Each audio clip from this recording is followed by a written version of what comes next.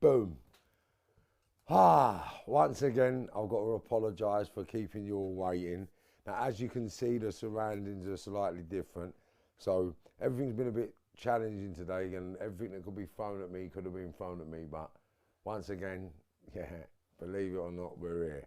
And I'm glad I went through this because it makes more sense to tonight's sort of delve into Spain and that life over there, right? Because everybody I know is interested in how it is over there and the stories and whatever. But like every time, every episode and every channel, every time I deliver, I've got to make it clear that I'm in no way, shape or form condoning criminal activity. I'm no way, shape or form condoning bad behaviour or bad conduct, right? These are things that I'm trying to show by example the consequences of and the idiotic sort of choices that I made moving forward to become the man I became, to be the man, if that makes sense. How sensible I had to be the man. And it's hard for me to put into words how ignorant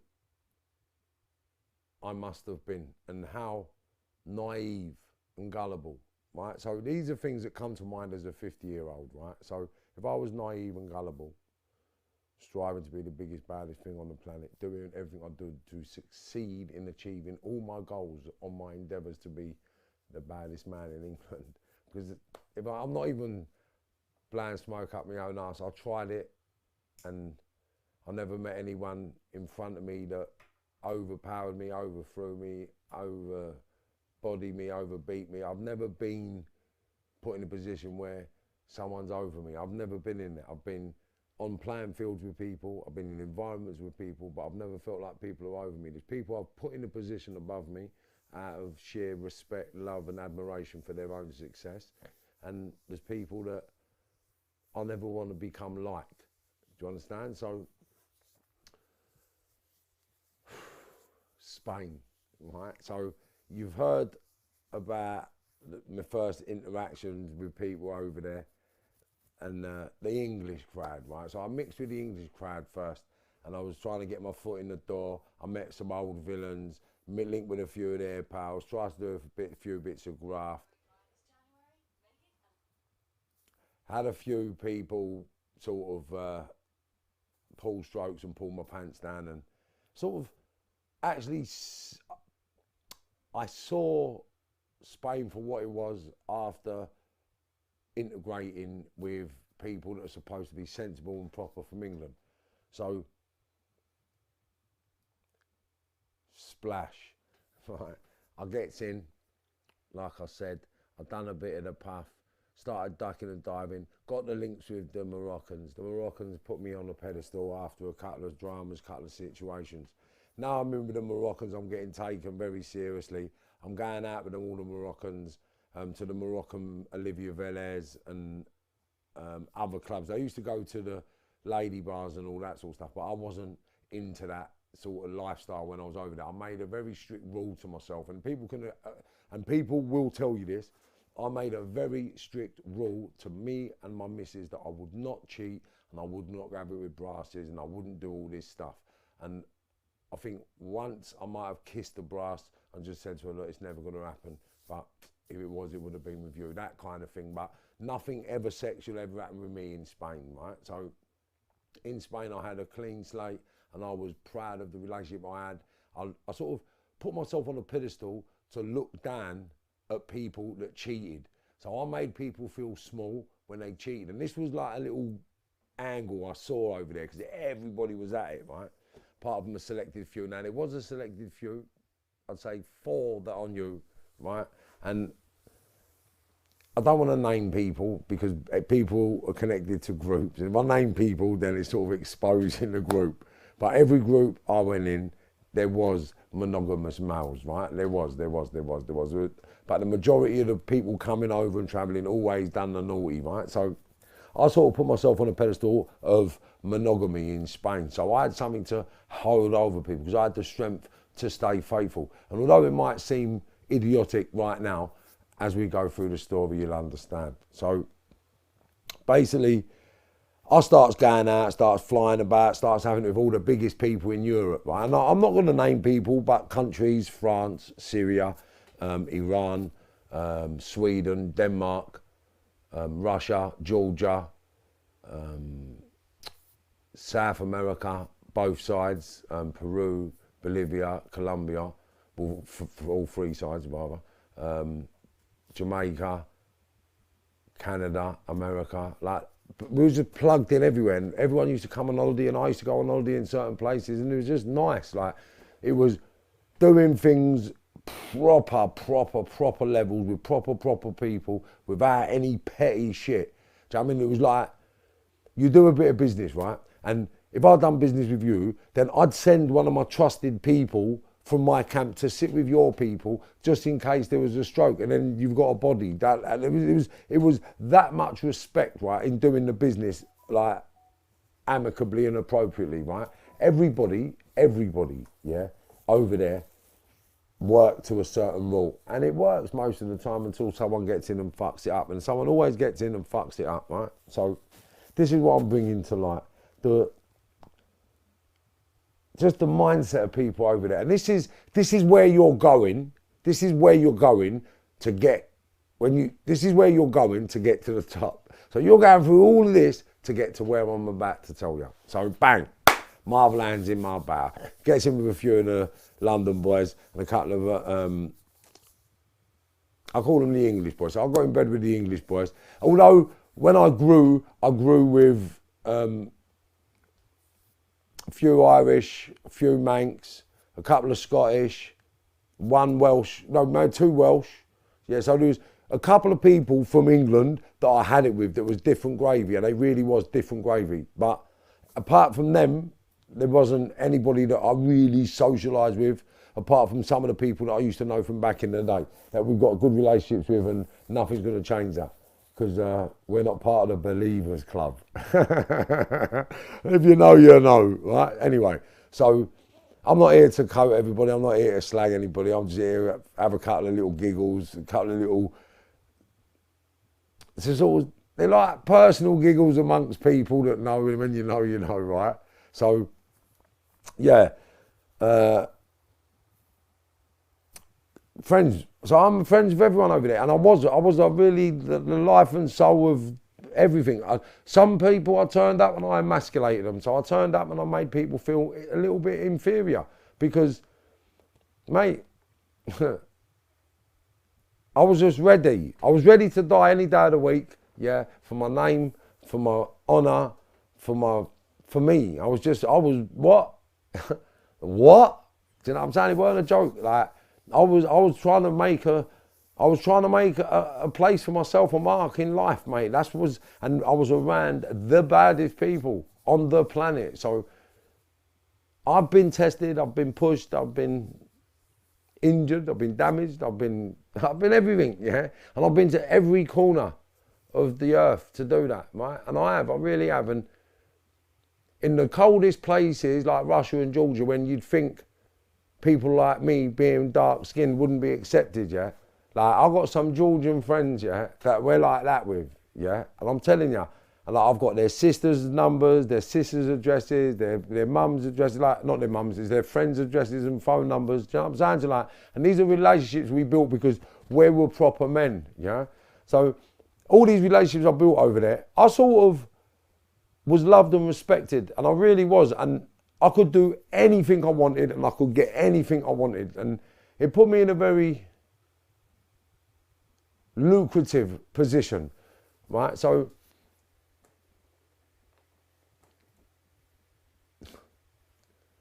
making money over there wasn't hard. It really wasn't hard, and it was something that I really enjoyed doing, and I didn't have to work no one over there to make money. That's the beautiful thing about it. But the people I had to come into contact with to make money was unreal. So I'm going to tell you a story about the moves, right? These are the moves, right? So my pal rings me up one day and he says, Marv, I've got a bit of work to do. would you mind having a look? So I said, well, what's up? He said, oh, I've got to shoot off with the missus to Malaga because someone was getting married or something was happening. They had to go away to get fitted for something and they couldn't make this, do. Is there any chance I could go just to make sure either the product or the readies was right? One of the two. I don't remember which one it was, but I think it was the ready. So I had to go and make sure the readies was all right, yeah? Yeah, because at the end of it, I ended up in the car with the people with some of the readies. Anyway, so I've gone to there to sit with the readies, make sure the readies is all right. Anyway, so throughout the course of the day, things ain't looking right. And they're really not looking right. Right? They're not looking right. And I'm saying to myself, do you know what? Something ain't right here. Something ain't right. Something ain't right. So I'm sitting in the car with a couple of people I don't know. So I said to one of the fellas, I said, mate, I ain't being funny. I said, I ain't no fucking major drug dealer or nothing. Yeah, I said, but I'm an armed robber. Like, in England, I rob vans for a living, you know. I said, and I don't know this game in the side of the hat. I said, but what I'm looking at and what I'm seeing looks dodgy to me. And if I was you, I'd get your mate out of there. Do you know what I'm saying? So they're like, what do you mean? What do you mean? Because for some reason, the people with the product was the link that asked me to go. It was weird. Right, so the person with the product asked me to go to make sure the readies was there and the readies was all right. Or something, I don't know why I was there, because the people with the product were the people pulling the stroke. And the people with the readies was people that I didn't know. But the people, I was there to make sure the readies was all right. So it was kind of weird, right? But I didn't know all this in the beginning, initially, until after. So it'll all become unfold now. So I want to feel this is no good, this is dodgy. Anyway, the geezer in the gaff has rung out and said that, like, obviously talking in code, yeah, he said, these people don't know I can speak Spanish and that this is a rip. It's on, right? It's on. So then basically what the people I was with, they've closed ranks, closed the deal and just got out of there, right? So now the fellas said to me, what the fuck? Well, that was it, because I was there with the puff, so I was thinking, what the fuck was all that about? I said, no disrespect, mate. I said, I'm actually here on behalf of someone. I said, don't worry about it. So there was a meet set, and I had to go to this meet with all these heads. And then basically I've sat down, and as I've sat down, one of the fellas sitting there and started saying things about, like, I was saying about, like, trying to make out that I'm some hard knock because I was doing armed robberies or something like that. So I said, what are you talking about, mate? So I sort of jumped up. I said, look, I ain't being funny, yeah? I said, I ain't trying to make anything. All I was trying to fucking say to you was, yeah, that I'm an armed robber. I'm not a drug dealer. And by the looks of my eyes, this looks like it's going to go pear-shaped because it don't look right. And I'm an armed robber, not a drug dealer. And if you're a fucking drug dealer, how come you never saw it, is what I was saying. Do you know what I'm saying to you? Anyway, there was a bit of a heated minute. And then I just sort of said, well, you know what, I weren't supposed to be here. So I'm going to go and get the person that was supposed to be here. Do you know what I mean? So I've just said, right, I'll be back in a minute. So I rung my pal. I said, where are you? He said, I'm down here. I said, all right, sweet. I'll see you in a minute.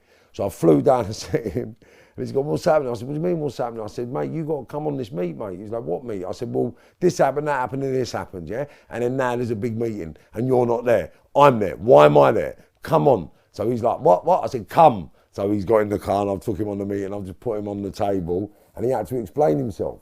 And it all got resolved, and we all went home. But, yeah, what I found out after, yeah, is that the geezer that asked me to go was actually in the coup, and they was actually going to pull a little stroke. Do you know what I'm saying to you? And when you trust someone, and when you put your faith and heart in someone, and they do that to you, like me, then and now, I always say to myself, you know what, let me see what the universe does to them. Let me see what the universe does to them. Do you understand? That's what I say to myself, and I've done it for the last 15, 16 years. I'll just wait and see what the universe does to them. And I'm telling you, yeah, I'm telling you, they end up as junkies, they end up dead, or they end up in prison. I'm telling you. So I don't need to wish any badness on anybody. The badness is coming to the bad people. Do you know what I'm saying? So bam, we're in Spain. We're having it. I'm sort of ducking and diving. I'm collecting readies here, collecting readies there. Anyway, a couple of little moves like that has happened. Another time, right, so a couple of my pals come out one night, yeah, and there's a mad shootout, right? Now, one of my pals gets shot in the foot, right? So my other pal comes back to me, said, fucking, someone let the tour off in the club, it's a fucking liberty, how can they do this, how can they do that?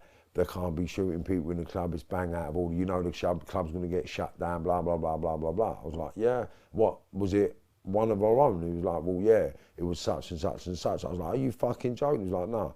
So I was like, all right, sweet, call a meeting on. Now this is what I mean about the mindset over there, right? And be careful, right?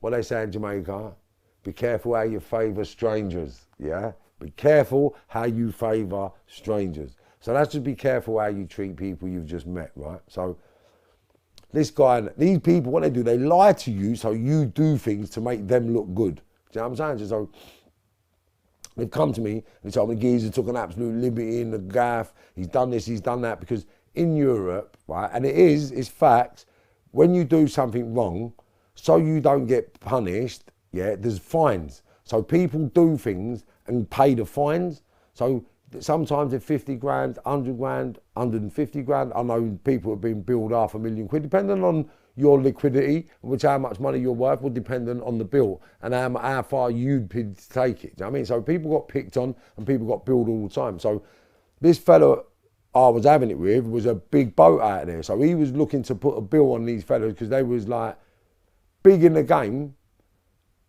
but in his world, he thought he could get away with billing them, right? So he thought he'd get me on the meet, blah, blah, blah, blah, bill them and then fold and say, yeah, so we've come on the meet, yeah? And this is a gospel truth. We've come on the meet, right? And the people that were there will know, right? Because this is what's happening, they know what's happening, right? We've gone on the meet, we're sat down, right?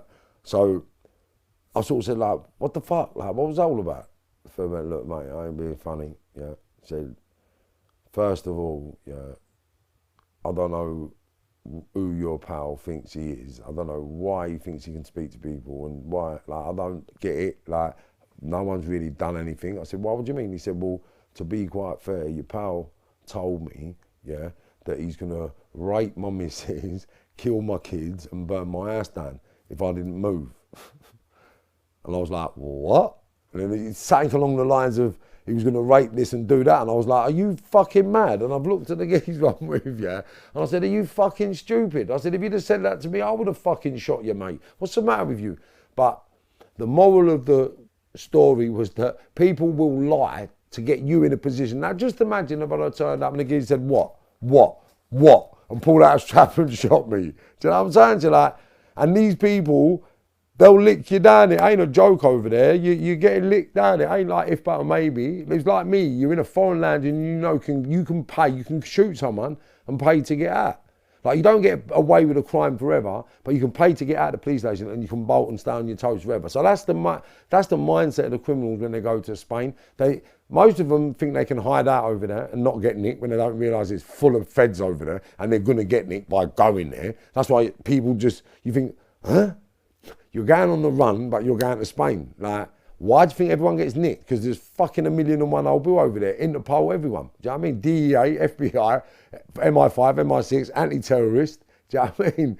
And the Interpol. And then you've got the nationals, what are they called? They've got a special police force in Spain as well. And they got all that. You know what I mean? So why are you going there on your toes? So it's all a get up, right? Remember I was telling you about Agent Provocateur? Yeah? Watch out, because people are going to start seeing things, man. It's not a joke. So Spain, we're out there now. So obviously I've got a lot of respect over there. So for the criminal fraternity coming from England, I look like a boss over there because all my pals were foreigners and they owned everything. Now, most of the villains that go over there, they know people on the doors or some of the people that manage the clubs, but I actually knew the people that own the buildings, own the land, rented the buildings out. So I didn't really have to pay for anything. I just had to get the bottles or do certain little things where you get discount anyway, but then you got staff discount and then you got friends discount and then you got like partners discount. So over there, sometimes you don't pay nothing for nothing over there. Do you know what I'm saying? Like, it don't cost nothing as a villain when you're doing big things over there, when you got links. So I was plugged in over there. So people used to come from England to see little old Marv, and 10, 20 people have a good night out. Do you know what I mean? Without paying a penny. Like, and it's not. And some of the people that I had coming over there, they was the most rowdiest people in Spain. Like rowdy people doing some rowdy things. I even had to tell people, look, come on, man, you wind your necks in, man. You go, oh, this is where I'm living. You lot coming where I'm living and just mashing it up for when you go home. How are you doing that to me? And I've put it on people like that to wind their necks in, to make them realise they're not just on holiday. Do you know what I mean? One guy done a piss over the balcony of my pal's hotel, and I said, bruv, what are you doing? This is our hotel, you know. This ain't a runaround. He said, what were you chatting about? And everyone's just come and said, Marv, he's with us. I was like, wow, you're going to learn some fucking respect, mate. Do you know what I'm saying to you? Like, it's crazy. Like, we do things to help people out and people come and take advantage. But when you're over there and you're living and you're ducking and diving, you're drinking, you're partying, you know, and this, when you're a villain, it was a nice life. It was, you had everything you wanted. Do you know what I'm saying to you? Like, the sun was out every day. The lifestyle's sick. You wake up, you take your kids to school, yeah? You go and do what you're doing. By 2 o'clock, your kids are back home from school. So they're either doing horse riding, swimming, playing on the beach with their mates, or there's some party somewhere in some amusement park, or one of the safari parks, or one of the ski parks. There's always activities to do with the kids over there. So it's a very full-on life.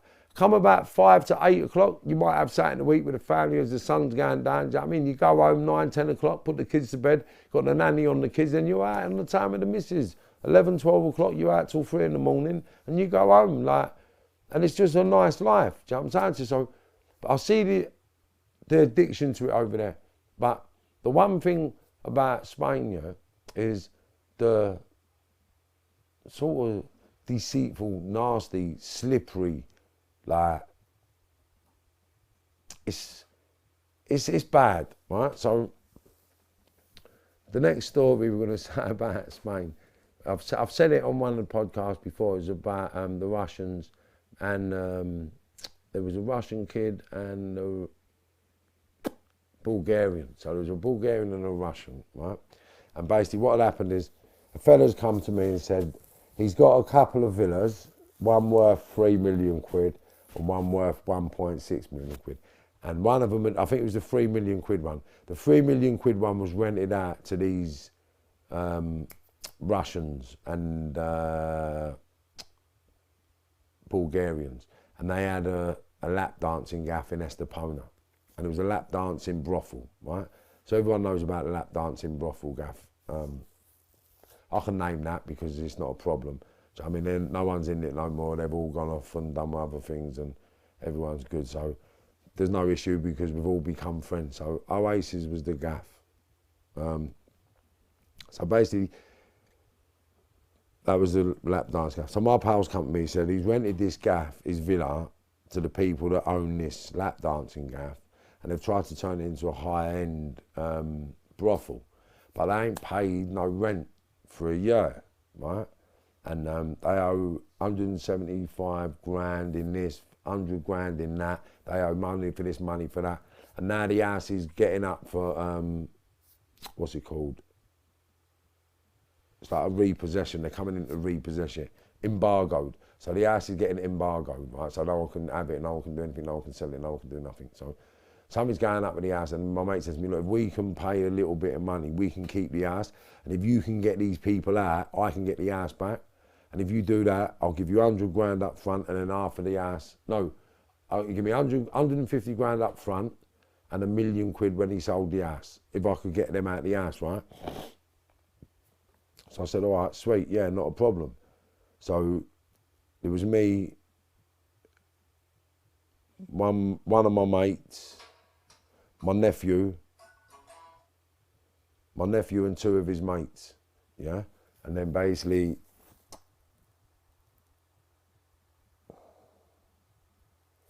yeah, so me, me mate, me nephew and his pal, right? So basically we're going, my mate's home where the villa is. So I've gone up to the villa and there's a geezer in the house sitting about like a security guard, right? So I walked in the house and he's got up and I was like, what are you doing in my house, mate? And he's like, what? I said, what are you doing in my house, mate? He's like, what are you on about? I said, what are you doing in my house? He's like, care? So I'm like, Mi casa. And I spoke to him in Spanish. So I'm saying, what are you doing in my house, mate? What are you doing in my house? And he's like, it's not his house, it's his boss's house, it's their business. I said, where's your boss? Where's your boss? Anyway, cut a long story short, the geezer's got a bit panicky and he's gone to walk out. But as he's gone to walk out, on the back of his T-shirt, I've seen the name of the lap dancing gaff. So, because I've seen the name of the lap dancing gaff, I've gone to my pals and my nephew and his pal, let's go down there. So they've gone, all right, sweet. So we've gone straight down there. As we've pulled up outside, yeah, I said to them, look, wait here. I can't remember who was with me or if anyone was with me, but I remember going straight in. I remember, where's your manager's office? They've told me where the manager's office is. So I've gone up to the office, booted the door open, gone in there, grabbed the geezer around the throat, threw him up against the wall and said, where's my fucking money? Where's my money? My house is getting taken by the bank because you ain't paid the fucking rent. Where's my money? And he's like, relax, please. What's the matter? What's the matter? What's the matter? My ass is getting fucking taken.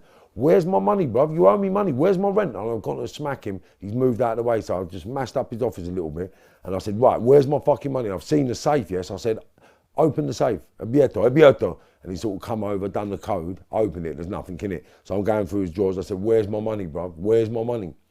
Anyway, after about 5-6 minutes, I sort of calmed down to like, bruv, you need to sort my money out. I want my money. He said, well, look, why don't you come and speak to my partner, who I do the gaff with? So I said, all right, sweet. So then I made him, he said, we call him. I said, no, you take me around his house. Does he live here? He said, yeah. I said, come, let's go around his house now then. So I've made him take me to his partner's house. So when I've gone to his partner's house, I said to his partner, bruv, what the fuck, man? You owe me money in my house. What the fuck? He said, yeah. He said, look, can I speak to you? So I said, yeah. So we walked away and he went to me, look, you see my partner? He's doing things very bad and he's causing lots of problems. He said, no,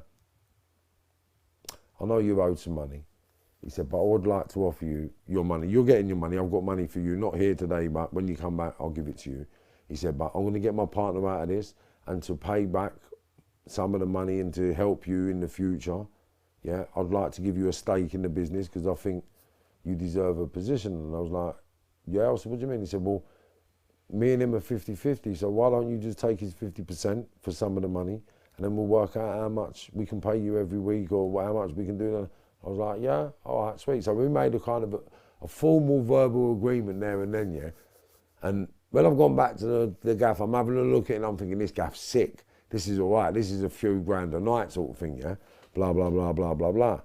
Anyway, so when I bounced out there, I'm buzzing. I'm thinking, yeah, I'm going back there tomorrow to see him. Yeah, I'm going back there tomorrow to see him, sign a contract. I'm going to have the shares in a fucking lap dancing gaff. I'm going to be the man in Spain, yeah? I'm going to be the man in Marbella. So when you used to, in my head, I'm thinking, everyone's coming over. So I mean, I'll be sending them there to see, like, well, you come, yeah, go up the gaff. Just sending everyone, making dough, doing whatever. Being the guy. So the guy that gets everything. That's what the guy always was, right? So you coming to see me, you got the family time, you got the wild time, you got the fun time, you got the beach time, you got everything. You got everything you want, right? So that was my idea, that was my buzz. I'm going away, I'm flying on cloud 9.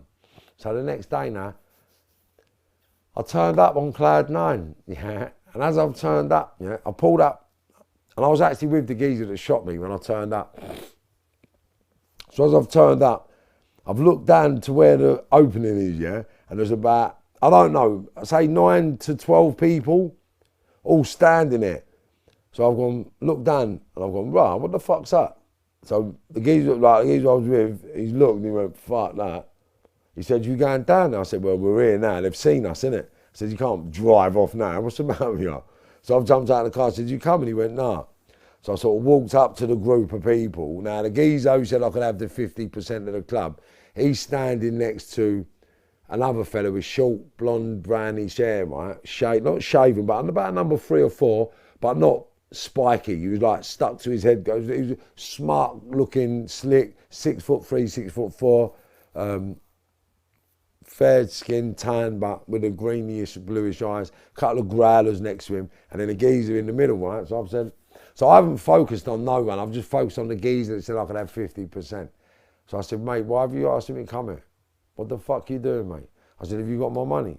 Have you got this contract? So then the geezer next to him was like, my friend. I was like, mate, I ain't come here to talk to him. I'm looking directly at the geezer I'm spoke to you the day before. I said, man, I ain't come here to talk to no one but you, you know. I ain't chatting about nothing, yeah?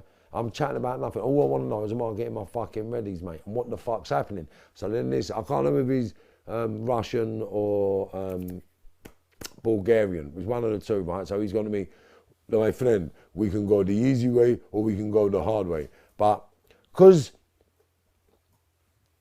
it's me, innit? He's fronted me, man. So I just said, from easy way or the hard way, mate? I said, yeah, what? What?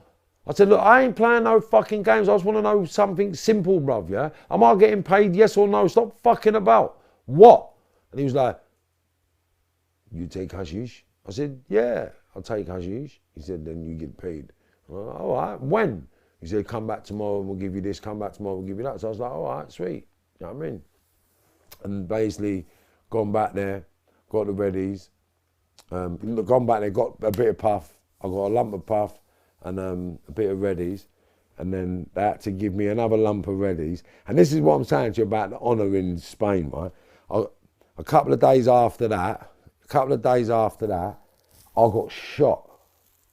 Yeah, a couple of days after that, I got shot. But, yeah, a couple of days I got shot. I'm in hospital. 2 weeks after the police had fucked off, one of the Russian lot come found me at the hospital and bring the rest of the money. Do you know what I mean? And that's like honour.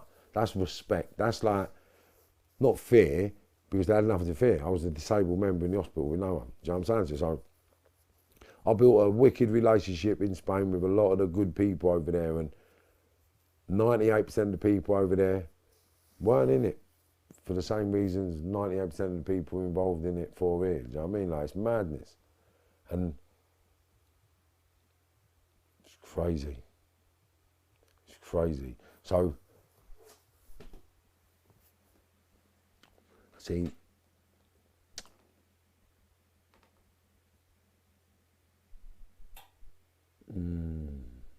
because now I'm thinking now, right, because now we're going into the shooting and the lead up to that, right? So I don't know if I want to leave that for another day. Because that lead up, yeah, it was nuts. So, because we've been talking about the agent provocateur stuff lately and people getting set up, like, I only ever see that here. In Spain and Europe and the rest of the world, it wasn't happening as much as it does on the street. So what that tells me is the older lot here are kind of manipulating the younger lot to cause and create headache, dramas, killings, prison, stabbings, shootings, for nothing. Like, for nothing. For nothing. Like, come February, that's what we're going to do February. We're going to be releasing some stuff, just highlighting like the mindsets of the world we live in and the choices we make moving forward. And then at the end of every week, we're going to compliment the listeners and watchers with an international broadcast, because we've got some sick guests on, you know, like, and they're on the remote platform, but their stories, man, of people that have overcome adversity like you've never imagined and gone on to achieve greatness, you know what I'm saying? And that's what this is all about, my platform. I mean, so I talk about the criminal world, and I talk about the ups and the downs, but think of it like this, right? I was flying around Spain like you couldn't imagine. I could walk into any club with as many people as I wanted and not pay a dollar. I get the tables on board, and the staff couldn't even ask me how much I'm paying. Do you know what I'm saying? So like, the owners always said, Marvin, you know, your bill was this last night. And I said, all right, sweet, whatever. So I mean, like, it wasn't a thing where money was in your pocket and paying for stuff. Like, Spain wasn't like that. Do you know what I'm saying? So we all had good relationships with everybody, and we lived good. And then the people in the middle just always fuck shit up. They always fuck shit up. Now, what I will do, I want to have a section just purely on the slippery little stories that I was around. Like, you know, like the the strokes, just the strokes that people pull. That's what I'm going to do. I'm going to do an whole live on the strokes that people pull in Spain and the level. And they're the same here, but on a bigger scale. Exactly the same here, but on a bigger scale. Because here I see how it's diluted down. Do you know what I'm saying? So they're things that we're going to be focused on coming on to February, just to expose the 21st century mindset of the villains, like of what it really is and what it's about, and whether you really want to be involved in it and whether it's really you. Because every single one of you are better than doing this bullshit, better than going through this headache, getting there all these fucking problems. For what? Do you know what I mean? Like, for what? So a straight goer, yeah, or someone that isn't one of your people sitting living a life of Riley while you're suffering. Like, it's madness. So there's lots of things I'm going to be talking about. There's lots of things I'm going to be exposing about what I come into contact with. You can believe it or not, I really don't care. I'm not getting involved in the politics on the social media, he said, she said. I'm nothing but the truth. Believe it or not, I don't care about other people's opinions and what they say about me, what they think about me, whether they believe it or not. It doesn't matter. Those who know, it's nothing but the truth, and it's honest, it's true, and it's real. And I want to change the narrative and help as many people as I can become millionaires, billionaires, and trillionaires. And I can't do no more than that. Like, I really can't. Like, and that's my selfless give back to everyone. I want you all to succeed before I. And is there anything wrong with that? I don't think so. So, Spain, the dark, dingy, deceitful, crazy, snaky place where people will watch you burn, watch you die, and throw you to the wolves. And they really will, you know. And the mad thing about it is, your own people will do it to you so they can move forward. Like, because I did see quite a bit of that over there, you know, like, it's some deep shit. But sometimes at the top you've got to make choices to keep the ship sailing smoothly. And in that world and in that business, harmony is the only key. And if it's something that creates a ripple, then it's got to be ironed out. And that's just the sad thing about that world. Sometimes doing the worst thing is always the best thing. And that's the thing that these people have got to focus on and live with. You know, like, I come out of that world traumatised with things that I'm scared of facing. Do you know what I mean? But one day I will. But it's just part and parcel of life, you know? Part and parcel of life. And it's the ride up to the big top. Yeah, just prepare for the slide down. Because if you're going on that road, yeah, it takes a lot longer to get up than it does to come down. Do you know what I mean? Coming down's instant. Boom, done. You're done. Do you know what I mean? And it's over, it's finished, it's curtains. Like, that's what you can look forward to if you want to get in it. And all you'll be doing when you get to the top is waiting for that flop. Do you know what I mean? And hoping and praying it don't come. Hoping and praying they don't link X to Z and X to Y. Do you know what I mean? Because that's all they do. If they're in it, they know they're in it. And if they're in it, they know they can get caught. And if they know they can get caught, they're going to be worried. And when things get tight, no matter how sensible you are. Do you know what I'm saying? So life isn't all is cracked up to be. So just be careful how you choose your friends, where you choose your friends, and what you choose to do with your friends. Because everything matters, man. And it really does. It really does. So I want to be back again tomorrow. Yeah, I'll be back again tomorrow to finish up. Because Spain was good, right? But in all fairness, it only got better when I got shot. Like, it really did get better when I got shot. And do you know why? You're going to have to wait till tomorrow. Yeah, and I'm telling you, Spain, man, I actually thought I achieved all my goals, man. I thought I reached the top, like, you know, like, I felt powerful, like, and my pal was like, come on, it's not like if, but, or maybe, like, we had the motors, we had everything you could think of, like, it was everything. You had everything. There was nothing you didn't have. And when I come back to England, I had all the motors. Everyone knows we had the motors. You know what I'm saying? We've had the motors, we've had the Rolls Royces, we've had the Bentleys, we've had the Ghosts, we've had the Range Rovers, we've had the Mercs, we've had the BMs, we've had the bikes, we've had them all. Forever, there's non-stop. Do you know what I'm saying? So it's everything you've ever wanted, we've had it all, man. For what? For what? Do you know what I mean? It's crazy. Crazy. So I am going to be that one that actually makes the penny drop, not just for a few people, but for fucking thousands. Do you know what I mean? Because if you're really considering going down a life of crime after listening to anything I say, then no disrespect, but you've got to be a proper cunt. Like, you've got to be. And I'm sorry for using such a crude word, but come on, man. Like, use your brain. Don't be lazy. Like, being a criminal is just being lazy. And the shortcut is definitely going to end up in prison eventually. And that's what's going to happen. And it will happen. Right? And that's what you've got coming. So, I don't know who you are. I don't know what you're doing. I don't know where you're going. But what I do know is this. Yeah? Things ain't going to last forever. They're not going to last forever at all. So, stay tuned. We'll be back tomorrow for another episode. Oh, we've got questions, haven't we? That's fine. We've got some questions for the live audience tonight. What makes you put people before yourself? Do you know what, yeah?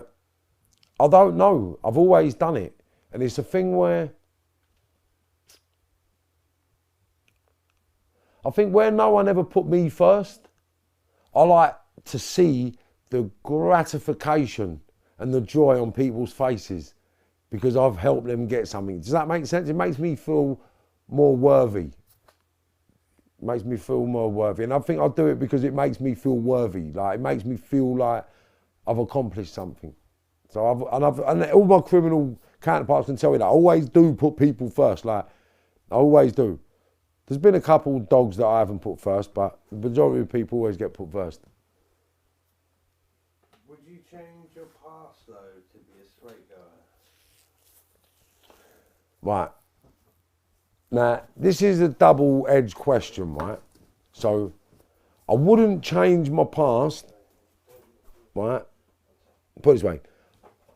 I would have changed my past if I didn't know the outcome of what's coming, if that makes sense. So, I'm not going to change my past or go through what I'll change it if I didn't have this outcome, if that makes sense.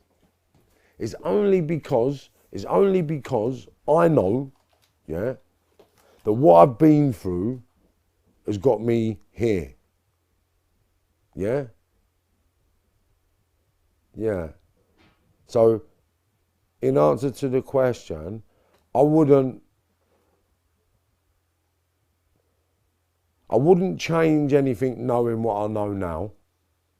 But if I didn't know what I know now, then I would have been a criminal. So it's I don't know, that like it's kind of a hard one to answer. I can't be honest. I can't be anything but honest. So if I never got shot, right, and I never learned what I learned, then I would have still been a criminal.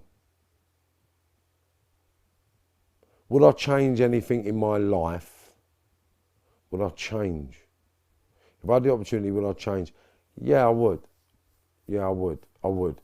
Because if I could change it knowing what I know now, yeah, then I would change it, go back to school, do you know what I mean? And actually make billions of pounds, yeah, and help all these places and areas. Like, wouldn't that be the logical thing to do?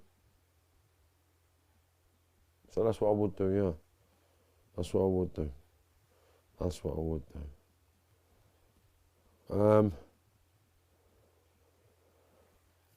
What does it feel like when you get stabbed? Well, do you know what? When you get stabbed or shot or cut, it don't really feel like anything. It feels like impact. It feels like something's hit you.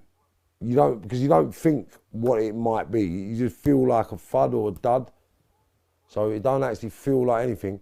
It ain't until after you feel the wet or the sting, and then you know something's wrong. Do you know what I mean? It hurts when you put your finger in a hole. Oh, that hurts. Yeah, putting your finger in the hole hurts. Right.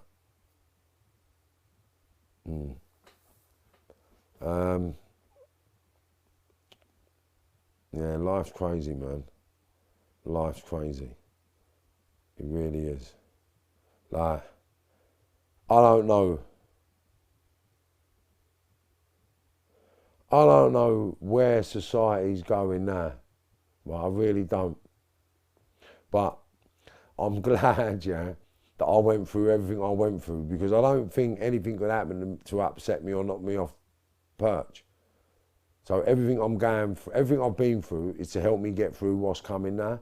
So it's going to be a bumpy road for the next few years, but know this: if you don't want to be a criminal and you want to grow and you want to achieve, then the biggest network out there is the Marvin Herberts Cooperative, and it's coming soon, and it's going to be next level, and it's going to create a platform, and it's going to create opportunity, and it's going to create wealth, all for other people. Do you know what I mean? And all I will have is a small percentage. Yeah? And it's coming. I'm telling you, 100%. I was going to wait for my technical guy to come back, and we're going to go through the rest of your questions in a minute. But yeah, a lot of things are happening lately, and I can't talk about them now, but they're coming. And when we're, this is what I'm saying to you. It ain't about chatting, it's about doing, yeah? So we do, and we really do. And we've done it in the other world, we're going to do it in this world, and we're changing shit. And the real shit takes time. Takes time, yeah? Takes time, it really does. I'll tell you what I can do. See if I can answer some of your questions while he's out. So. And that's another thing, I've had to come to a secret location to do this. It ain't been easy, promise you. It really ain't. Oh, damn. Right, YouTube, let me see what the questions are.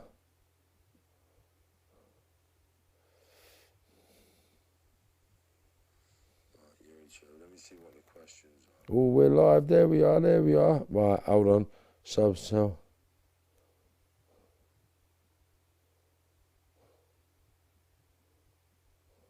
Was Spain my biggest earner? Yeah. Yeah, you couldn't. Look, you know what? England, you don't really earn money. In Spain, we earn money. How many years did I spend in jail? I think 13 years all in total. 13, 14 years in total. I've done 1 5 year.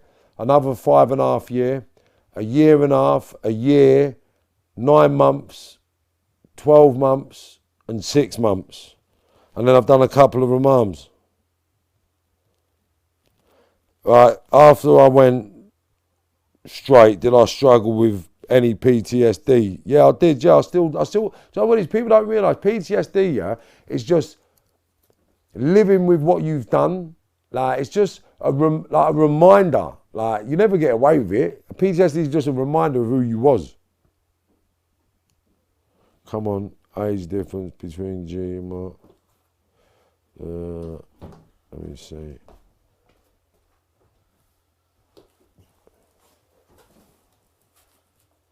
Fighting moles.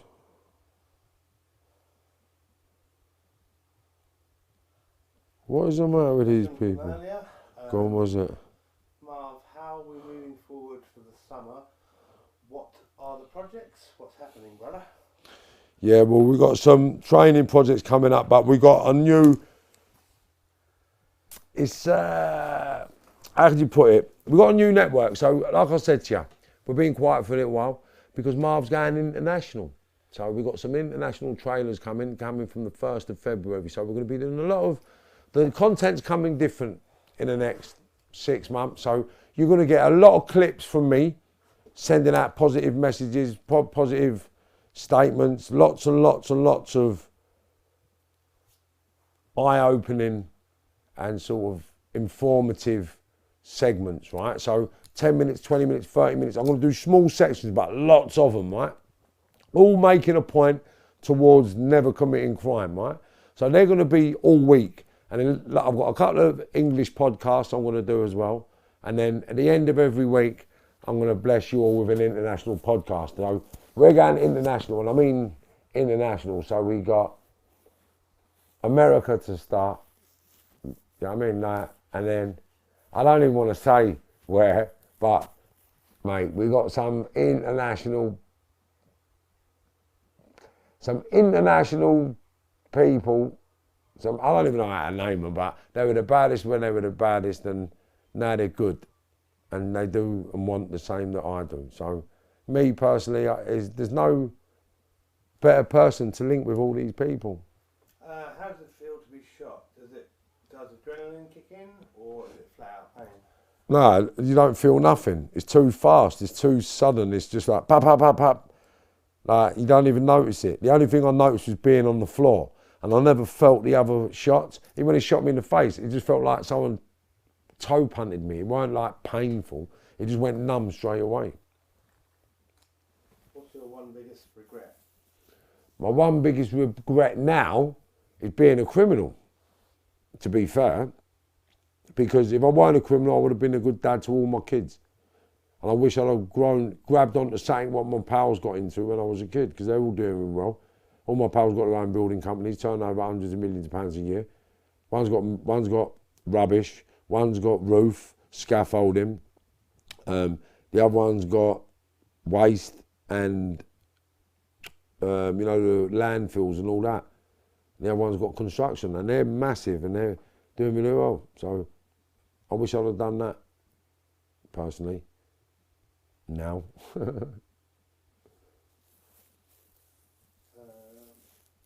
Will you be trying to get the contract again for reforming prisoners? Yeah. I only lost the contract to run the prison. I've still been reforming prisoners from day one. That hasn't stopped. So, I mean, that's just something that I lost a bid on the prison. I would have run the biggest prison in the South. Yeah, one of the biggest in the South, anyway. Yeah. Did you ever meet Pat Tate, Tony Tucker, or Craig Rolfe? No comment. Yeah, and I'll tell you why. I don't ever want to speak about them people, not because of any other reason that we was on different frequencies, you know, and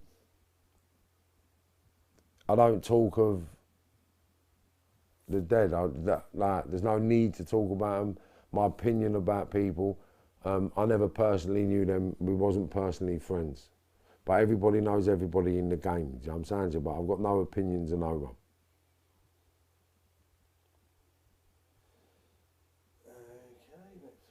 Okay, Next one. Keep them coming. Was there anyone around your time with the same level as you which made you give them a wide berth? Nah. I never really give anyone a wide berth. And everyone knows it. I never really give anyone a wide berth. And if there was only one man that I felt I'd have a problem with, right? So like I said, I'm not going to name names, but it was from South London. I thought, no, there's the only one geezer that I don't know if I could do him, if that makes sense. So there's only one person I ever come across that I didn't know whether or not I would do him, right? And we've been friends ever since we met. Yeah. And we've never had to have it. We've never wanted to have it. But, yeah, I think... Where did you go in Ladbroke Grove? Everywhere.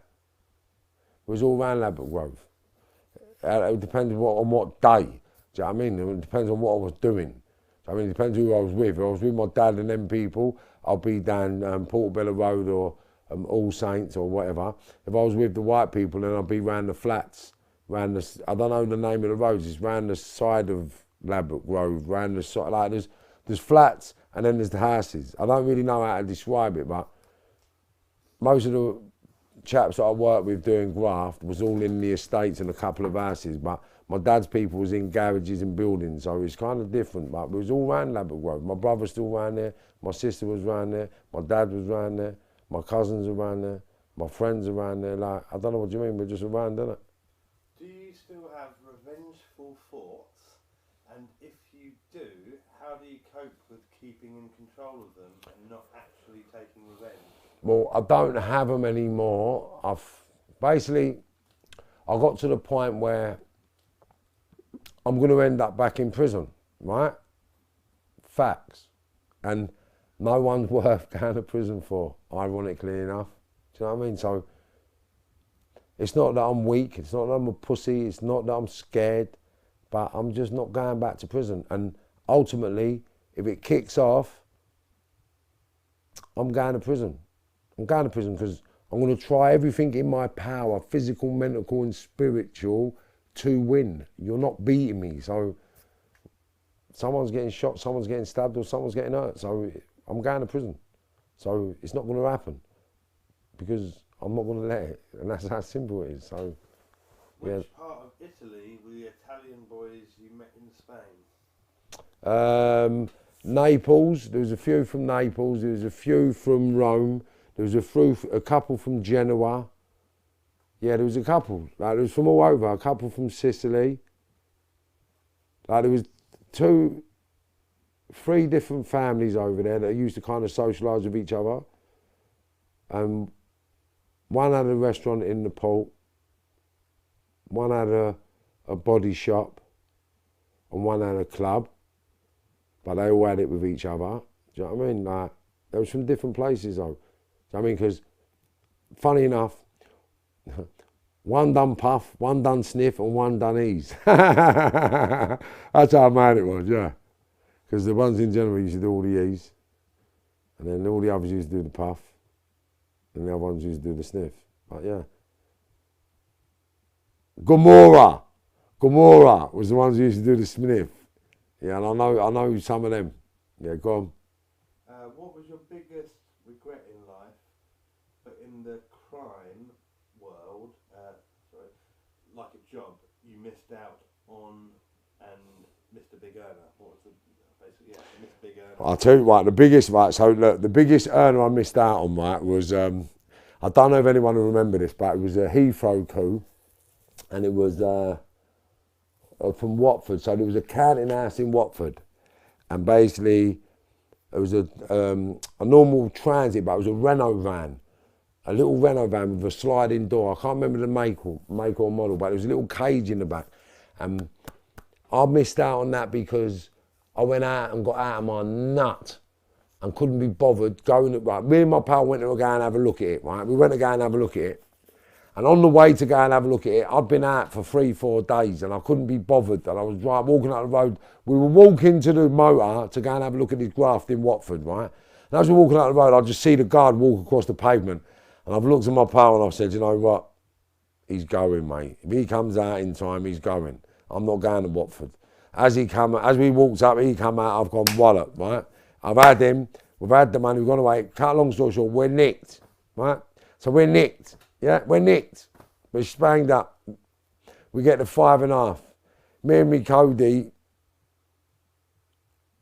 we had a fight because basically me Cody said he was going to go straight and it gave me the raving hump, right? Give me the raving hump. So we had a fight over that. Yeah, we had a fight over that. And then about maybe 2 weeks later, after we had the fight, he was going straight, blah, blah, blah. We had this match, so we're not talking to each other. So we're sitting in the cell one afternoon, and then there was a news bulletin, robbery, Watford, right? And we had to sit there and watch. They got away, I think they got away with 2.1 million quid, and they left something like 1 or 2.4 million quid. Mate, that gives me goosebumps and make me feel gutted now. But that was the biggest thing that I missed out on, because that was a gift. That was a gift. And because I went out the weekend before and fucked it, We missed out on it, and I had to watch the people get away with it, you know. Yeah, and I think a silly little Asian kid got caught for that. Because they drove the money away and give the prize of the money to the villains, and then they got nicked after. Imagine that. I was fuming, and I could have went and had it like nothing. What workout helped you mostly while recovering? My 5-5-5, the one I do on my platform. You do a power clean front squat, a power clean front press, a power clean front squat and press, power clean behind the neck and squat and press, and then a high pull. And just constantly just that, and then rowing on the rowing machine. Do you believe in karma? Yep, 100%. Karma's a bitch. But karma's all you do. That's all it is. You are your own karma. Or you create the karma. The karma's just what you do. It just comes back to get you. Do you miss the drugs? No. Don't miss the drugs at all. Yeah, no, not at all.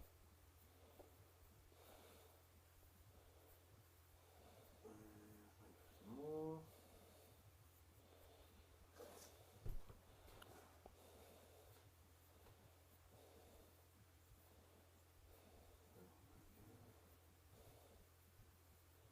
When are you coming to Birmingham? I'm coming to Birmingham, I've got to be in London this week, and then next week I'm going Birmingham and Liverpool. So it's then Birmingham and then Liverpool, but I've got to wait and sort out some accommodation in Birmingham to be out there for a week, and I've got to make sure I've got to confirm guests for that week, because my links that I had up in Birmingham, they get mad busy, because they're really like famous. Do you know what I mean? So everyone's busy working, and the guests that I want are all famous and busy, so it's about getting it right, and I can't come and waste the time because I've got too much to do everywhere else. Did you have a good session at Bethlehem Boxing? Bethlehem Boxing. Yeah, I'll be going back there next week. I'll be out there regular, getting a few boys fit and ready. Yeah, old Dylan boy. Do you ever get anxiety about the past? Nah. I'll tell you what though, I'll get a couple, I've had a couple of scenarios where I think someone's going to pull a gun out, and I think, fucking hell. That has happened a couple of times, but I think that's just standard, isn't it? That's just programming. Would you do a boxing match? I'm going to do a boxing match. I'm doing a boxing match soon as it happens, but I'm not doing a Mickey Mouse one. I'm doing a proper thing. You'll see it publicised soon, don't worry. It's coming. I'm with the best opponent on the planet. Yeah. Do you still regret carrying when you got shot? As if, where would you have been shot? No, I don't regret not carrying a gun. I'm glad that I never had the gun, because if I did have the gun, then there's a good chance I'd be banged up for murder. Because I didn't fuck about. I would have pulled my gun out and blown his head off, mate. I wouldn't have stopped shooting until he went. So I mean, because he had a gun in his hand, it was self-defense. In Spain, I would have been able to pay to get that license, rapid. Do you know what I mean? So in Spain, you're covered with, when you have it with certain people and someone else has got a gun, you're pretty much covered. So it didn't matter to me. Do you know what I mean? Like, I wasn't expecting it. But I do know I would have been fighting a murder case. He would have got shot dead, and I would have fought it, but I might not have, who knows. But I'm glad I never, because of the outcomes that I'm living with now, if that makes sense.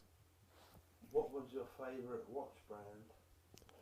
Well, funny enough, right, now, I want to say it now, because it pissed me off, right, the watches, right? Now, why does it piss me off? Because I wore the watches that no one wore, right? So, back in the day, when everyone used to wear Rolex Daytonas and Rolex this and Rolex that, little Marv just thought, do you know what I like? I like the gold Submariner. I want to get myself a gold Submariner. So I got myself a gold Submariner, right? All of a sudden, and I wore a gold Submariner on my last 5.5 year sentence all the way round, every bird I went on, every sentence I had me gold submariner, I refused to take it off. I told the screws it was a snide, and I had it in the jail for my whole sentence. And everyone knew I had it. It won't bother. Right, and so I had the submariner. I was a freak for watches, right?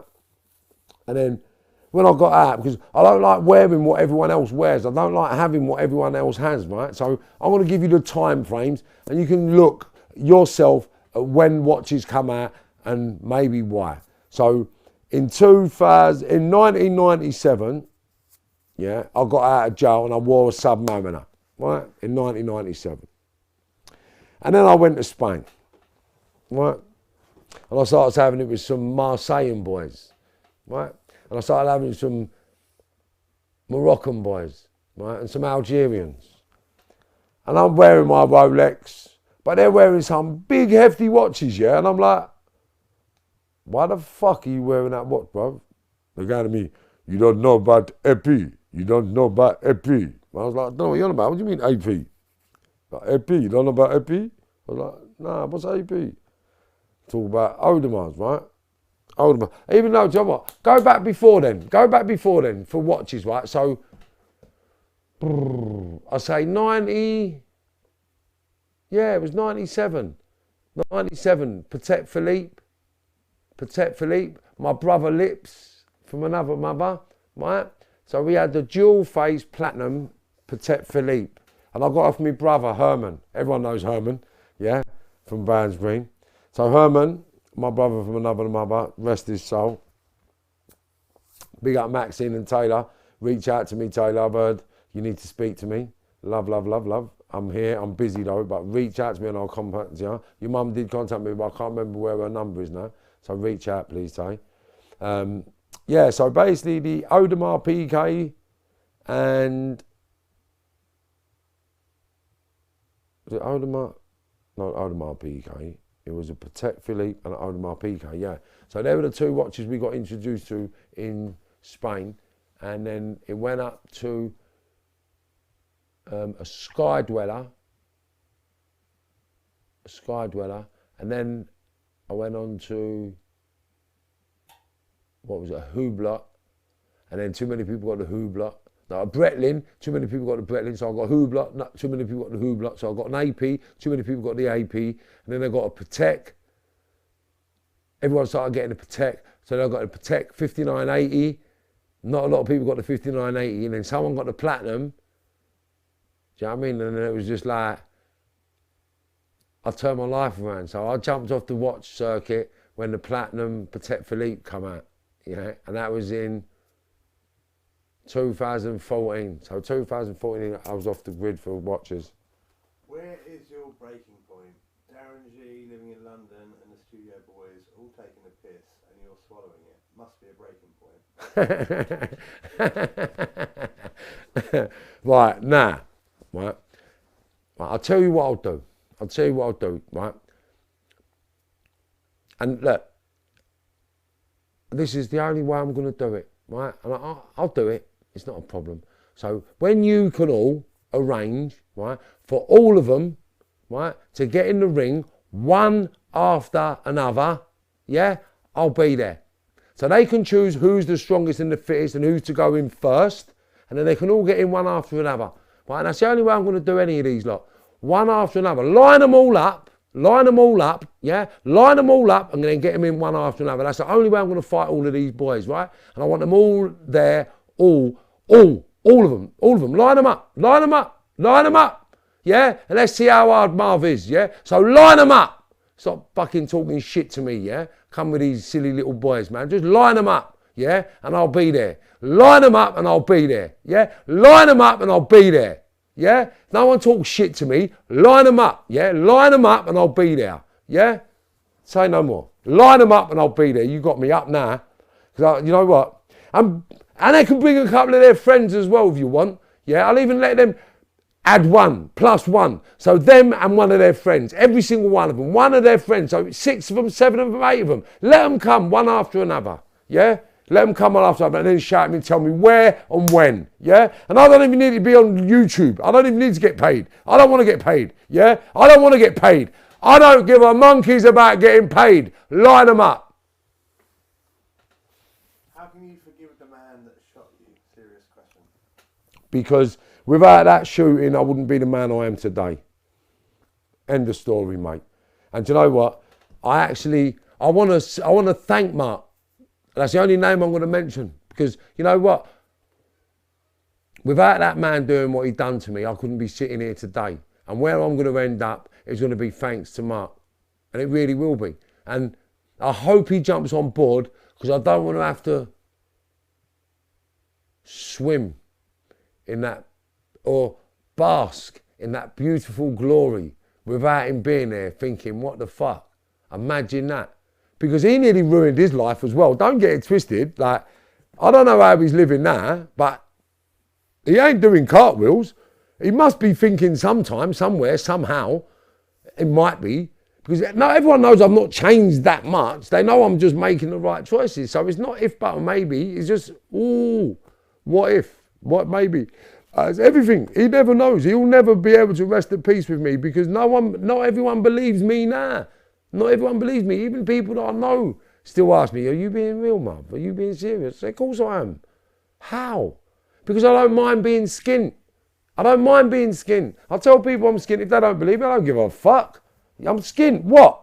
So, I mean, my car's going to get taken soon. When it goes, people will say, oh, whatever. Bollocks, I don't care. Yeah? I'm not out here gassing. I'm out here showing. And when I show by example the benefits of getting skint, being robbed, not reacting negatively, not reacting emotionally, not reacting physically, I'm going to show you in the next 6 to 12 months the benefits in taking all this shit on the chin by all these fucking little parasite prick mug cunts who couldn't stand in my shadow, let alone my shoe.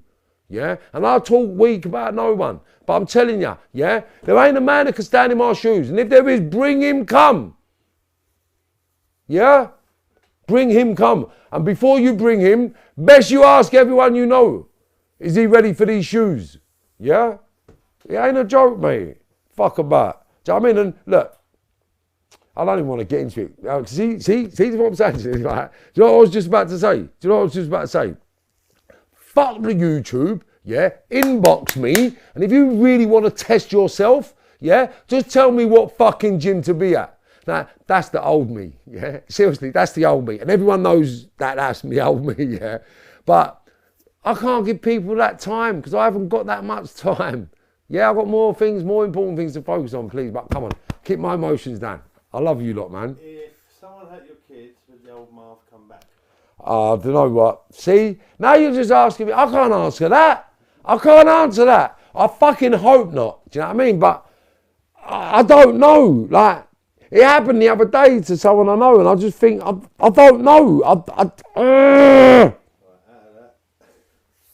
don't know. Do you do more videos on your alkaline diet? I only eat alkaline, so... No, they're asking, do you do more videos on it? Do you tell more people? Oh, do you want me to? Well, do you know what? After what they've done to fucking... what's it? Nipsey Hussle. And Dr. Sebi and all them people, yeah? I don't want to start promoting that. They'll come and eye me out. My voice is getting big, innit? So, look, the alkaline's the one. That's what I live. All I say is this, yeah? I'm here because of the alkaline. I'm rock solid. Like you couldn't imagine. Trust me. Yeah, I'm solid. I can have it. Yeah, at a pro level. It's not a joke. I'm not the best in the world, but I can have a tear up. I'm only 3 rounds fit for any pro at the moment. But if you've got any pro boxers that want to test, yeah, I'll have it with a pro boxer, and I'll do 3 rounds with any pro boxer on the planet. Call it on, come, let me come, and we'll video it to show my viewers, yeah? Come on. I'll do that. Any pro boxer, yeah, like cruiserweight and below, it don't make sense heavyweight, because if they steam into you, it does hurt. Do you know what I mean? And I don't want to get hurt. I don't mind doing things for entertainment. So the heavyweights I'll park up. Cruiserweights and below, yeah, I'll have a little 3 round tear up. And then everyone can see the strength of the Marv. I don't mind getting my head punched in by a pro athlete. Do you know what I'm saying? But it ain't happened yet. And there's a first for everything. So hopefully we're going to give you it first. Marv first hiding. Imagine that. Yeah. And I don't mind going public. So bring the best. Yeah. Yeah. And let me have 3 rounds for them. That's going to be my little move for this year. I was going to fight the best of Britain coming through. Yeah. And I'll just have them put them to the test. Marv's challenge, yeah, YouTube challenge. But, yeah. And your career won't be over with a spar with Marv, but people know how tough you are after a spar with Marv. Trust me, win, lose or draw. Have you ever smoked a hash called King Hassan in Spain? The stamp is H. Yeah, of course we have, man. Come on. I used to get most of that as well. That was the commercial one. I used to get most of that. Do you have children? How many children? I have 5 children. 13, 14, 23, 25, 28. Why are you wearing a wig? It's not a wig, you nutter. It's going to be off soon. But what is this? This was just to help people through social media. Now, because I'm 50, yeah, I'm kind of scared if I cut it off, it won't grow back and I'm going to start going bald. Do you know what I mean? So allow me for a minute, man.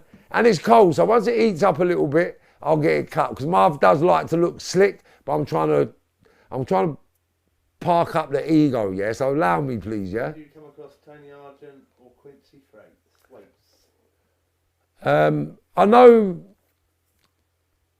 I know them both indirectly, and I've come across them both kind of directly and indirectly, briefly, you know, but don't worry, we're going to be coming into contact with everybody that's on this journey that wants to achieve the same goals that I want to achieve.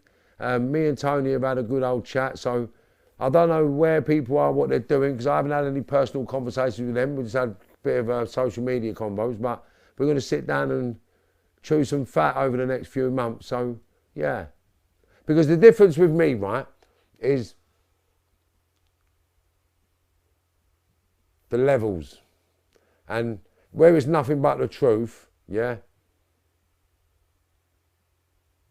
I know a lot. And it's hard for people to sit in front of me and lie or pretend. So there's certain people that, I don't know why people don't come in front of me. I make people feel emasculated. I make people paranoid. People get paranoid because of people that I know. You know what I mean? People think I'll set them up. Like someone made a comment the other month, yeah. I sent them a video of a gaff to do a podcast, and they said, it looks like I'll never walk out there. And you think, what is the matter with you? I'm not out here doing this stuff. Like these people, like, I don't know where your head's at. Like, I'm not out here to murder, kill, stab people or get involved in people's politics. It's about getting some data, entertaining people, educating the youngsters not to go down our road, mate. Yeah, and hide from no one. I'm not shook of nothing. Go anywhere on my lonesome without a tool. Yeah, because that was my biggest buzz, turning up without a tool. Yeah, because that was really showing you I'm not scared of you. Do you know what I'm saying? So like, there ain't no one Marv was shook of. And there ain't no one. I'm not giving it the big one, but that's my reality. It's my reality.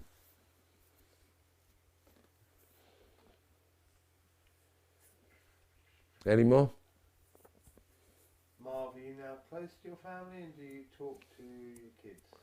Do you know what? It's one of them situations where, because at the levels we get to, there ain't no time and space for family, really. Do you know what I mean? Like, people dress it all up, bruv. Yeah? It's bollocks. There's too much fucking headache and dramas for family. Do you know what I mean? So all the families are busted and broken. They all pretend that it's hunky-dory in public, but they're fucked, bruv, because the dad's stressed, the cousin's stressed, the brothers are stressed, the wives are stressed, everyone's stressed, and then someone gets nicked, or someone gets shot, or someone gets fucking banged up. Do you know what I mean? So it's fucking stress. It's ag. And it's ag for the family. It's ag for everyone's family that's in it. And that's all it is, ag. That's all it is for your family, ag. Headache, dramas, fucking ag. Do you still see your old associates out and about? Nah. I've seen a couple down out in Garden. I can't say associates. I should say people that are known from the world. Associates are people that you've worked with and benefited from. When you socialise or engage with people, they're not associates. They're just people you socialise with and engage with, see from time to time. I call associates people that you've made shit with and done shit for or with. Do you know what I'm saying? Just so I don't really see most people that I used to go out with, because my people was below the radar. Do you know what I mean? They was all below the radar and they kept themselves out of harm's way. We were the front runners. We were the headaches. We were the dramas. We were the people to pay attention to. And they were just in the background nicking money, living good. as ironic as that is. Yeah, it's crazy. It's crazy. Lots of questions asking about people, but it's pointless. Go on, what are they asking? Well, different people. Do you know Dave King?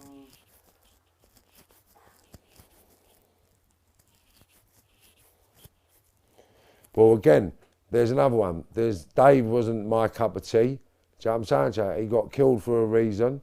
Other things come out about him after he was dead. Ain't my place to speak ill of the dead. Do you know what I'm saying to you? So, there weren't a villain I didn't know. I ate in the same restaurant as Dave. Do you know what I mean? I can say these things like I knew who these people were. We spoke to each other. Do you know what I'm saying to you? Like, what difference does it make? Like, there weren't many villains above me. Like, listen, like, I'm not here trying to pretend to be someone, yeah? Now, Dave and them people there, they used to meet in places that I used to frequent. Like, I've seen these people, I know these people. Do you know what I mean? Like, I never see them as anyone special, anyone important. I was the man. That's how I see it. I was the man back then. It didn't matter whose company I was in. And even the baddest men on the planet, they know when they come in my company, they know. I wasn't trying to give it a big un. Do you know what I mean? It was just what? I'm here, and I reckon I'm about it. Test me. No one ever did, so what? Do you know what I'm saying to you? Like, and I spoke to people like I was that shit, and I'm the man. No one ever confronted me, no one ever said nothing, so I believe everybody accepted me for being me, and then put it down to me being mad.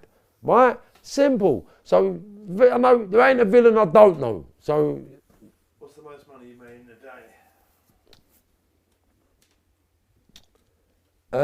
day?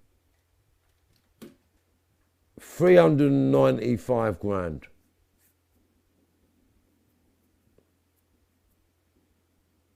Yeah. That's the most money I've earned in a day. But I'll tell you what, a better question would have been how much money, what's the most money you've handled in a day? Yeah. Nah. I think it was 3 or 4.5 million quid. 3.5, 4 million quid. 12 million quid was the most I ever had in my hands, like in 1 minute. The most I've ever packed up over a space of time was £109 million over a space of time. Not in one go though, do you know what I mean? But you just packed up millions all the time. So I've earned myself personally, 390 was the biggest whack I've ever had. But I've handled millions, 500,000, 750,000, $250,000. What's the most you've lost in a day? Oh, fuck. It's hard to say. So, everything. Everything.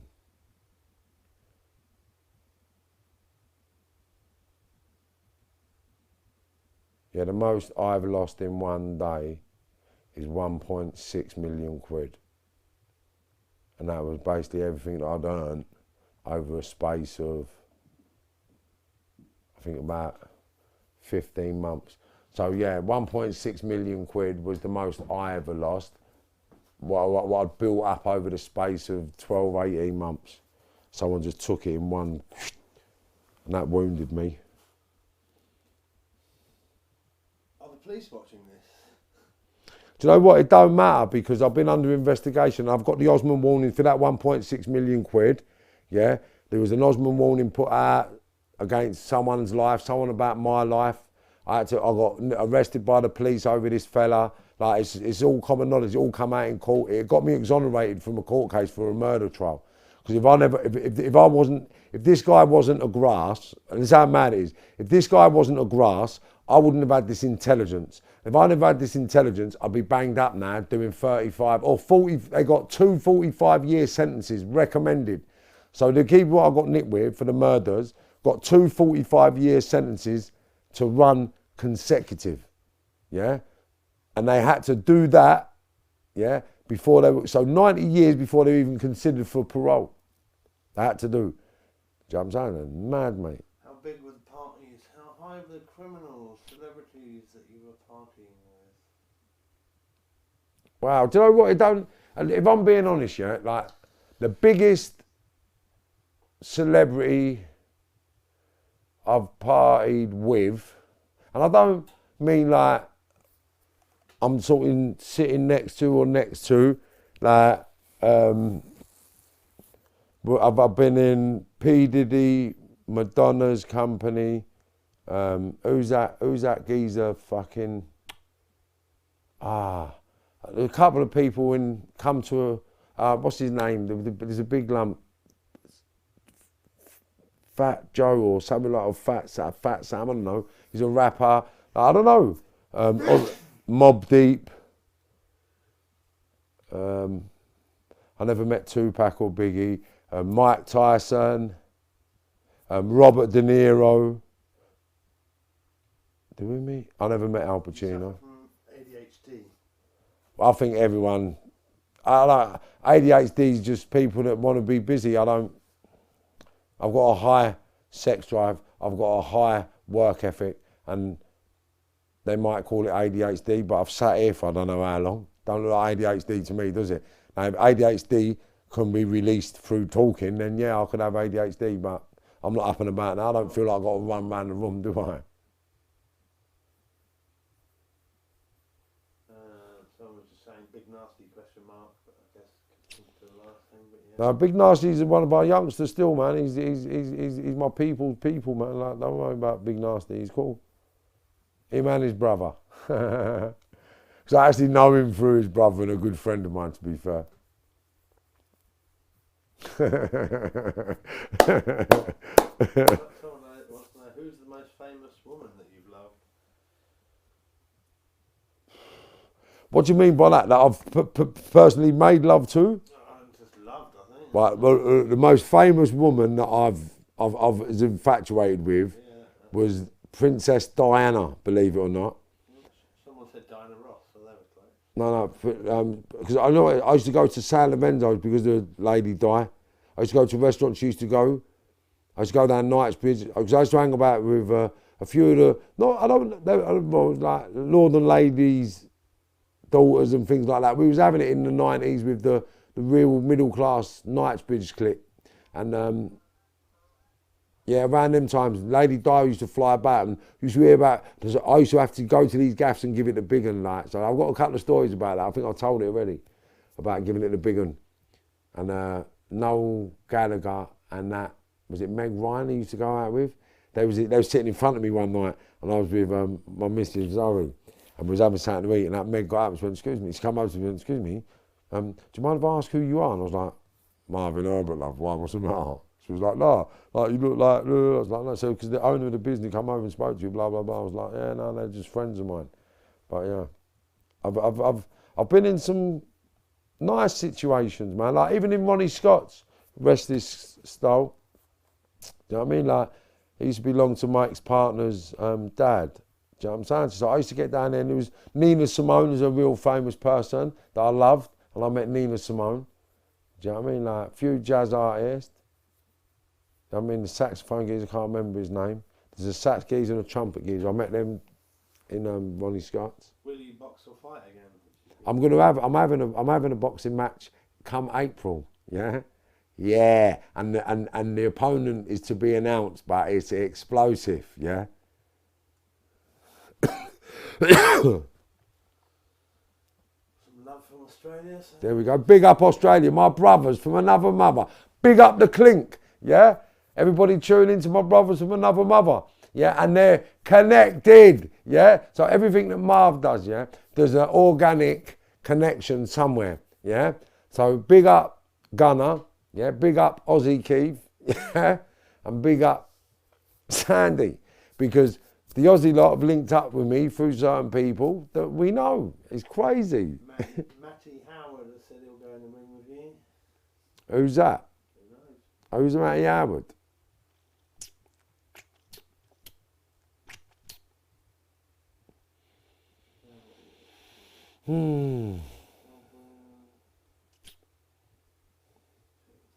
What's the time now? 9:30.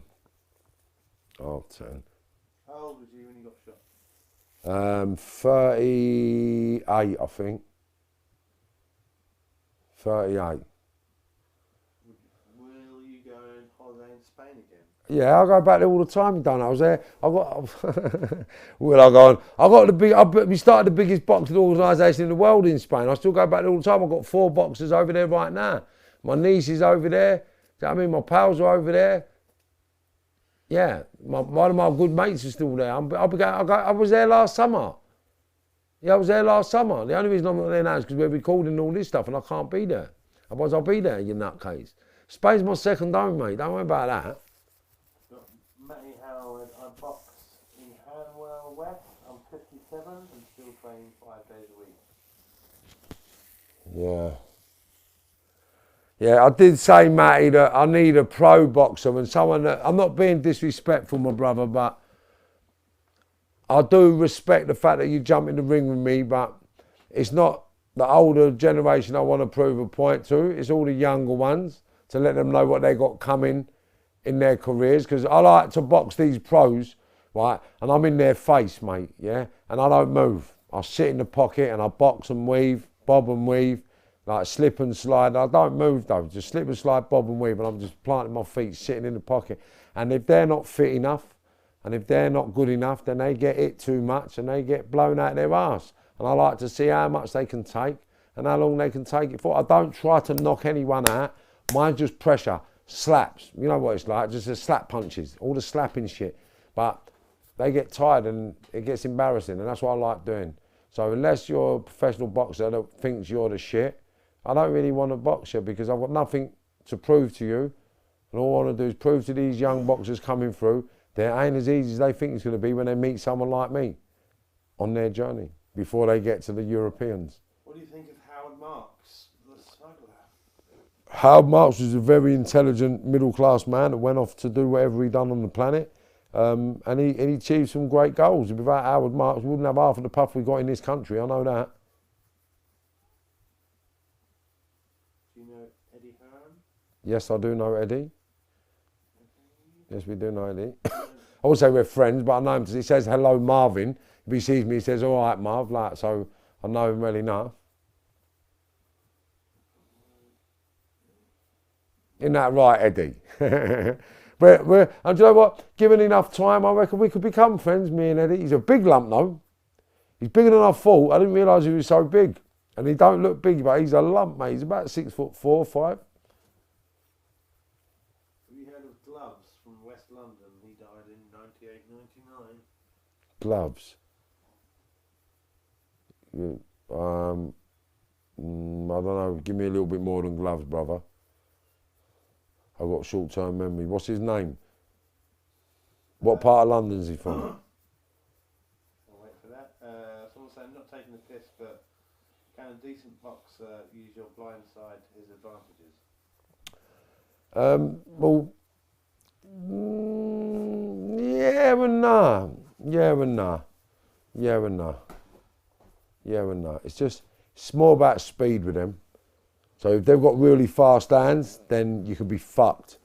Because with the blind side, once they throw a punch, they've got to turn. So you can see it coming, but if they're fast with their hands, there's the second punch you don't see, if that makes sense. So you are a disadvantage against a really good boxer.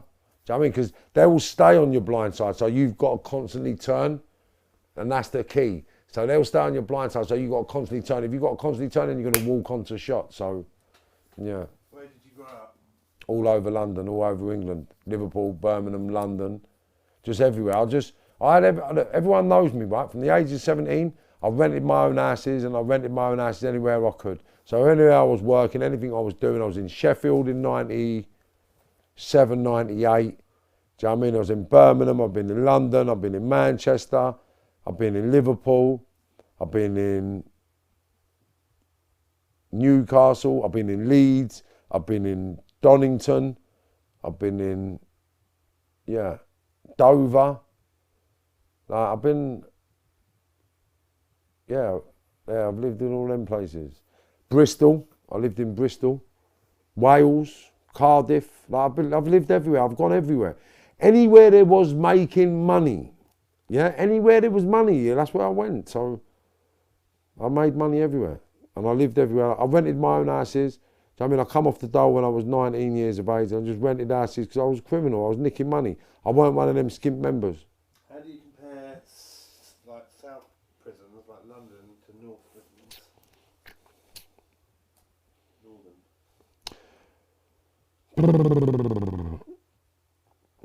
Do you know what? There ain't no different. Right, the only difference with the northern prisons is the security. But all the prisons are exactly the same because all the prisons have all exactly the same people in them. So it's only the people that make the prisons. Do you know what I mean? So when you get up north, a lot of the prisons are A-cat, B-cat, long-termers. Right, so they're a lot where all the serious criminals are. But then you got their absolute cunts in there as well. So the most sensible prisons are where the most sensible people are. And they're the long termers where everyone's just getting on with it bad. Then there ain't that much ag, and when there is, it's fucking serious.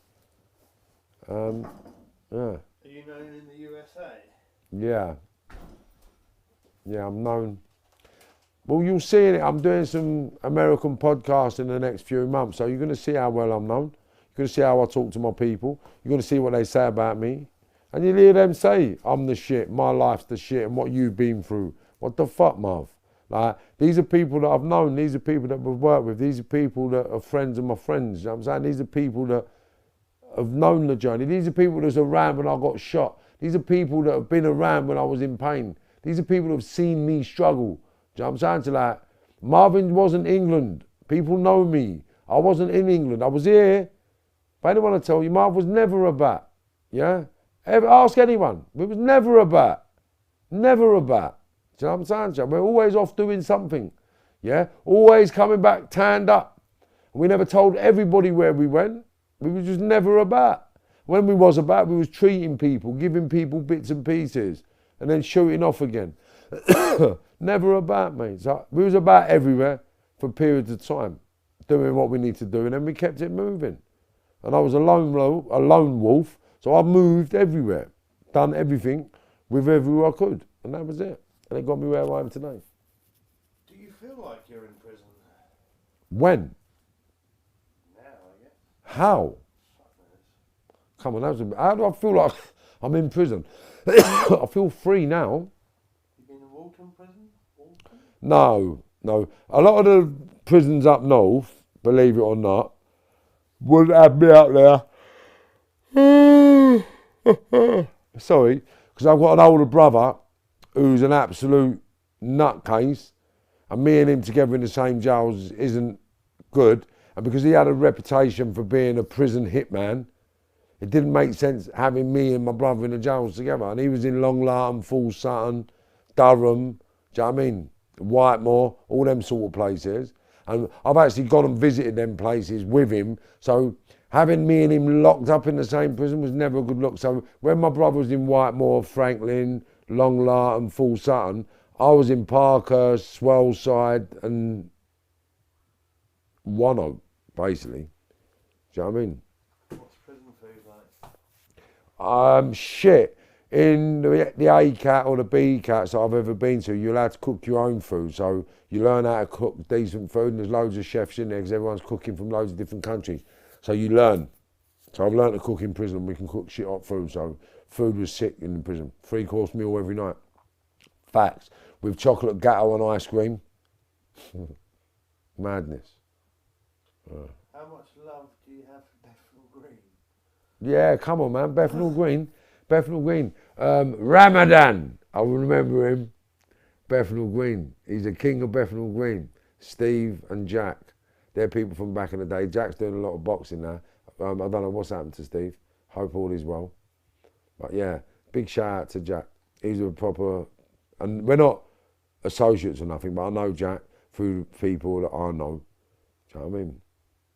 Yeah, I was away with Steve as well. What's the baddest man you've ever met in prison? Ooh.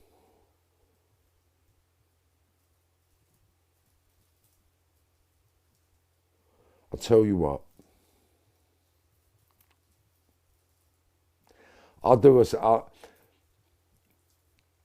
All I can say is this. I'm as hard as I am today. right? And this is a fact, right? I'm as hard as I am today because I adopted someone's training routines, right? And training strategies.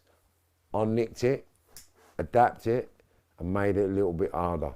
But only 2 men I met in prison that I actually felt would be a challenge, right? Now, one, I was dubious whether or not I would win. And the other one, I knew I would, but I might have to lose an ear, a nose, or a bit of a face in that fight, if that makes sense. Because I knew this geezer was a biter. So I knew I'd do him, but I reckon I would have lost something. And the other one, I didn't know whether I would do him. He was just ferocious. One was JF and one was KB. And they're their initials. So I'm not going to name them, but everyone who knows knows. JF and KB. Did you believe in God during your crime days? I can't say I believed in... I've always believed in God, but I never believed in religion, if that makes sense.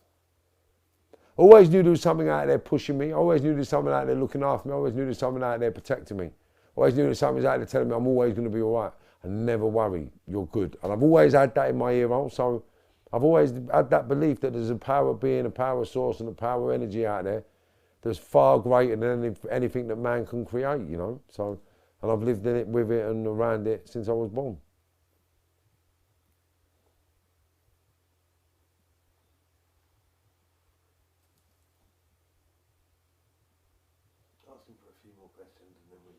Right, coming in, I have a few more questions. We're going to wrap this one up for the night, people. Nice long one tonight.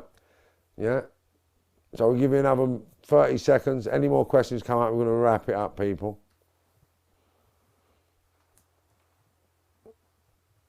Will you promote or manage boxers in the future? I don't need to. M2K does all that, and they're doing a fantastic job. And they're going to do everything they can within their power, their drive, their energy, their spirit, their soul, to make everything all about the boxer, make the boxers hundreds of millions of pounds strong, and change the face of boxing.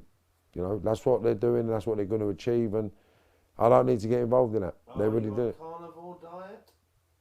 A what? Carnivore diet. Carnivore? No. Herbivore.